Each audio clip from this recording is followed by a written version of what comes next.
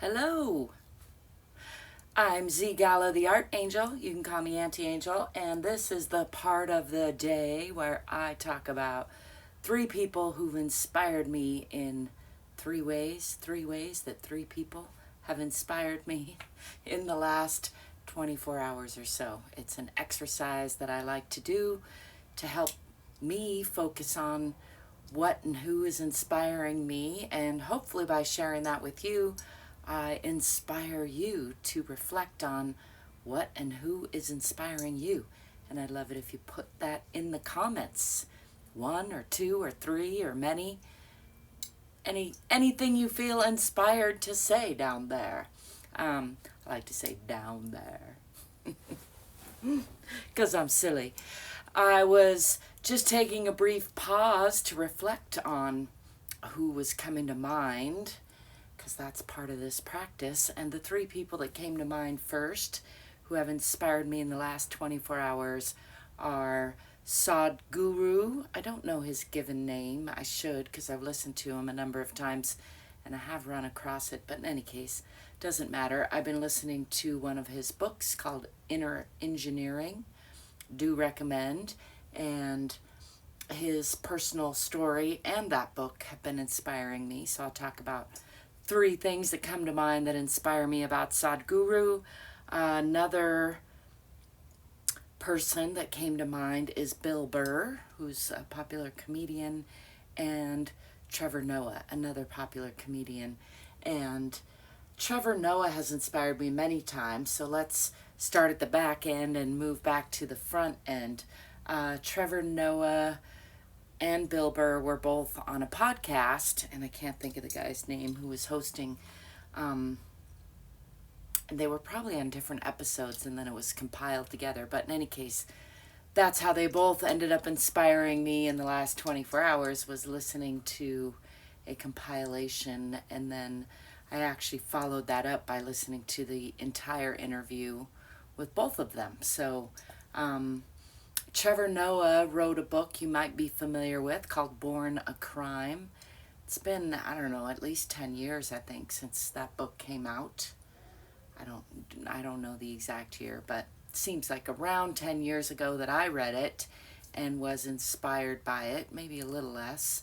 And that's really a book that's about the story of his birth, being born in South Africa, and some of the trials and tribulations and triumphs that he went through in growing up in South Africa as a colored person, as it's called there, which is a mixture of black and white, as we're currently defining it. And it was illegal for his mother to have him as a black woman getting together with a white man, but they still did. And so Trevor Noah spent a lot of his childhood in a very unusual or peculiar kind of place where he was being raised by his mother and her family, only he was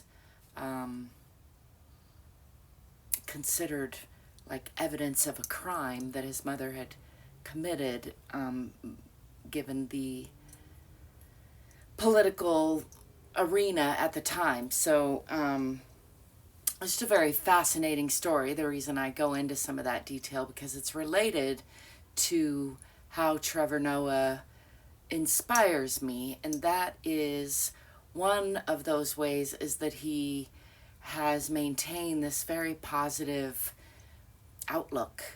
And he does talk about, in the book and in interviews like the one I listened to, he does talk about how he didn't necessarily, it's not that he didn't have struggles, but he's able to see the benefits of a lot of what might be considered struggles. And indeed he did, like he talks about his parents not being together, and he talks about how, unlike some kids whose parents separated at some point in life, he didn't have that struggle because they were never really formally together. And unlike some kids who struggle to get their father's attention, when he did spend time with his father, his father gave him all his attention because it was this kind of special thing that was not, it was very much compartmentalized. And so his ability to take what some might see as a, I've heard the word used, an unearned disadvantage, and turn it into an unearned advantage. And I'm using air quotes because I don't fully agree with that terminology, but it's what's coming to mind, so I'm going to use it. And one of the reasons that inspires me greatly is I have used the story of my own father's absence as a negative or an unearned disadvantage at times in my own personal story. And at other times I have used it as an unearned advantage. And when I was younger, I remember thinking that I was lucky because some of my friends were going through their parents getting divorced, or sometimes they weren't getting divorced, but the parents didn't get along and they fought a lot. Many of my friends, when I was growing up in northern New Mexico, in a different day and age in the 70s, it was considered abuse not to beat your children regularly, actually. And the principal at our school still had a paddle when I was first starting grade school. And so I remember reflecting on how, even though other kids would ask me why I didn't have a father, because my father's name isn't on my birth certificate, I often felt that to be an advantage more than a disadvantage. And then later in my life, when I started trying to navigate romantic relationships, I started to see it as more of a disadvantage that my father wasn't in my life. And when I got to meet him in my early 30s and see how he's not an abusive person, I felt this real sense of loss. And so the story has shifted from, like, I'm so lucky that my father's not in my life because a lot of people's fathers are terrible, to I feel this sense of loss for not having my father in my life and not having that sense of identity, that sense of security that a lot of kids have. So, long story about how that is why Trevor Noah's outlook on his own parental relationships I find very inspiring on a broad level, but also on a very personal level, because he really, there's some similarities there. Of course, there's many differences, but he really demonstrates how to turn the story into a positive, into an advantage rather than a disadvantage. And I see him do that with many aspects of his life. And another way that he inspires me is simply by being a comedian. I think that comedians are probably one of the most underappreciated people. That comedy, stand-up comedy is one of the most unappreciated professions in our society, and it doesn't even exist in some societies. I've found that intriguing. It's a relatively new human evolutionary thing. I say relatively new, and then I think about, I mean, it's been around in different contexts for a while, court gestures and such, but and the trickster figure, but a stand-up comedian whose job it is, who gets paid to stand up in front of people and tell truths that can be uncomfortable in a way that brings us laughter, I think is one of the most beautiful, amazing things that humans can do. So Trevor certainly falls in that category as a stand-up comedian who does take on many of those, some of the harder, I mean, I think all comedians really do tend to take on those hard things. That's what brings the comedy to it. But one thing in particular that Trevor Noah takes on, that is another thing I will bring up that inspires me, is the idea of racism. And because he's biracial, as we define it, and because he was born a crime, as he explains in his book, he has a very interesting perspective. And as a considered a light-skinned person in in South Africa, coming to America and being considered more of a black person, but being considered colored in South Africa at the time that he was born, which is very much a mix of black and white. I find his perspective both very fascinating and interesting, and also inspiring, and I think it adds an element of credibility and freedom that allows him to talk about racism. And when I've heard him talk seriously, not in the comedic way, but in interviews and in his book, he touches on how he thinks racism is sort of like a disease. It's a human mental construct that hurts people and really isn't founded on any real reality other than the color of our skin. Like, nationality isn't the same as what we call race is really just this made up human construct. And he has a lot of beautiful ways of talking about it that he articulates better than I am stumbling through. But there you have 3 ways that Trevor Noah inspires me. His ability to tell a more positive story and find empowerment in things that others might find disempowerment in. His humor, his sense of humor, his ability to make people laugh, and in particular, his ability to discuss racism from a very qualified position without being resentful or hurt, or, not that he hasn't experienced things, I'm sure, that have hurt him, but he always brings a very healing perspective to the issue, I think. That was long. Let's move on to Bill Burr.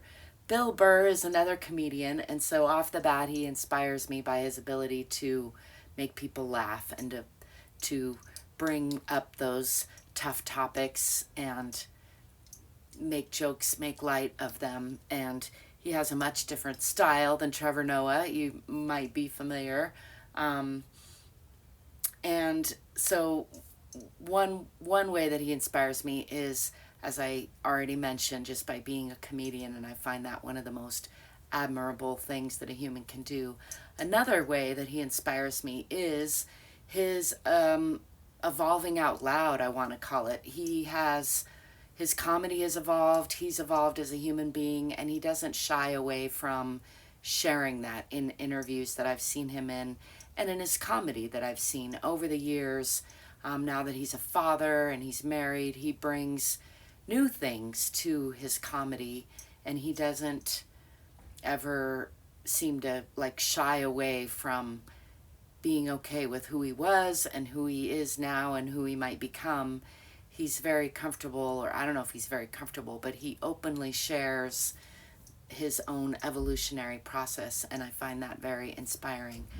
And a third way that Bill Burr inspires me is, I didn't know that he's into aviation, but I heard him mention it on this last podcast, and I too am into aviation.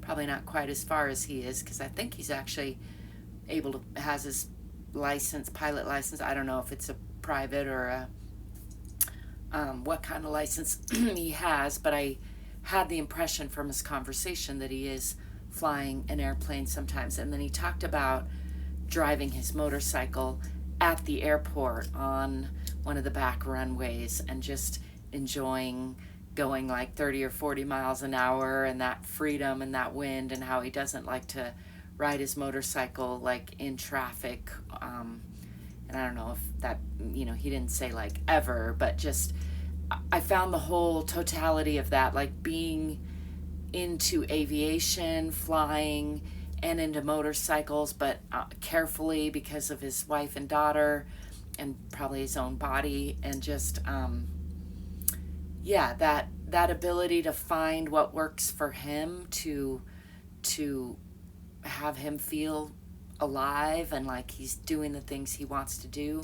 I find that very inspiring. I think very often we humans tend to think of a thing we like, and then we sort of meld it with what we think other humans expect of us from that, or what others will think of it, and we let that influence our choices and our behaviors in a way that I think is often to our own detriment. So I admire Bill Burr's ability to find his own joy, his own thriving, his exploration of aviation, his willingness to be himself vulnerably and brashly in public, and his ability to make people laugh because he's a pretty good comedian. Last but not least, Sahdguru. I mentioned I've been listening to his book, Inner Engineering. Do recommend. It's very good. But also what inspires me in particular about him is related to what inspired me about Trevor Noah, which is, if you listen to Sahdguru's story of his childhood and how he became a guru, it's clear, at least to me, that there was things in his life that could have really held him back, so to speak, and instead he used those to really propel himself forward unabashedly. Again, like, he's got an air of confidence that is very inspiring, and at the same time it's mixed with this air of humbleness, like he's one with everything and he's always learning and curious. And when he talks about some of his fallibilities or foibles, he doesn't do it with like any shame or shaming anyone else. He does it in a very storyteller, explanatory way that helps you understand where he's coming from without any apology or shame or any of the things that some humans might attach to some of those parts of a story. So I admire that. I admire his, his guru-ness when he talks about, I gotta get off my feet here, and there's a mosquito trying to get me. When he talks about becoming a guru and what that means, and sort of defines, not sort of, he definitively defines guru, which is like someone who illuminates things. That's my own words, but what I took away from that, when he describes that and how he became that, he steps into a very inspiring, energetic state. And he talks a lot about energetic states in this book, inner engineering. And another thing that inspires me about him is he's got this big world view, like not only by becoming a guru to help illuminate the reality of our existence for others, but he's got a Save Soils project, I think it's called, where he has inspired millions of other humans to pay more attention to soil, to plant trees. He does things on a big scale a lot of times, as well as on a little scale. He's built, I think, I don't know if he's built it himself, but he's had people who like to do things for him build a big temple. I forget the name of it. I need to look that up and look more into it, maybe even visit it sometime. But again, what inspires me about all that is his big world view. And then last but not least, his book writing specifically. So I'm working on a book called The Shift. I got a lot of the way through one of my final edits today. I've been editing it for like a year, so but it does feel close. And Sahdguru's writing style and storytelling style really helped solidify some of the areas where I might have been sort of hung up, and gave me a permission or a freedom feeling in listening to him read his own book for the audiobook, to allow myself to find my own voice and move through my own book with more confidence. And I already had some of that, and I've gotten some of that from other people as well, but Sahdguru certainly added to that and rekindled that in me recently. So there you have it. 3 ways that 3 people have inspired me lately. The mosquitoes have discovered me and are coming out here, so I'm going to sign off. Plus, it's gotten long. I would love it if you want to share who is inspiring you lately and why, how, what, all of those things. This is the Head Hutt, by the way, and I wrote a book about it, and you can find that on Amazon, and you can find a link to that book down below probably, so check that out if you want to help support me. Give me a like, a subscribe, a comment. All those things help me as well. Thank you if you do. Thank you for being you. Thank you for letting me be me, and I'll be seeing you soon. Ciao for now.